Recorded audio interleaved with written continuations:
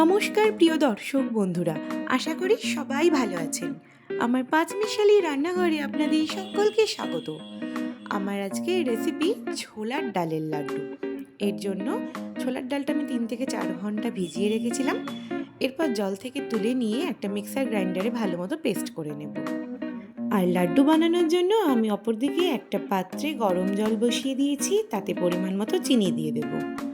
কড়াইতে তেল গরম হলে সেই ডালটাকে আমি একটু বড়ার আকারে ভেজে নেব। একদম হালকা করে ভাজতে হবে, খুব কড়া করা যাবে না। এরপর বড়াটা ঠান্ডা হলে মিক্সার গ্রাইন্ডারে দিয়ে আমি ভালো মতো গুঁড়ো করে নেব। একটা বাটিতে আমি একটু দুধ দিয়ে বাসন্তী কালার গুলে রাখলাম, আর কড়াইতে দিয়ে দিলাম 1 চামচ মতো ঘি। ঘিটা গরম হয়ে গেলে সেই গুঁড়ো করে রাখা বড়াটাকেও দিয়ে দেব। একটু ভালো মতো নাড়াচাড়া করে শুকনো করে নিলাম।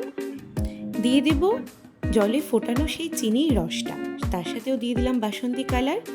ভালো মতো নাড়াচাড়া করে দিয়ে দেব একটু কিছু ড্রাই ফ্রুটস। এর মধ্যে আমি দিয়েছি কাজু, কিশমিশ আর কাঠবাদাম।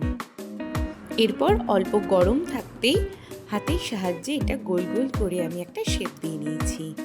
ব্যাস তৈরি হয়ে গেল ছোলার ডালের লাড্ডু। এটা অতিথি আপ্যায়নের জন্য একটা পারফেক্ট রেসিপি।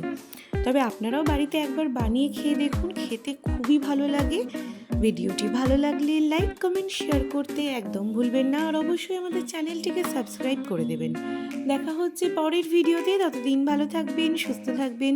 ধন্যবাদ।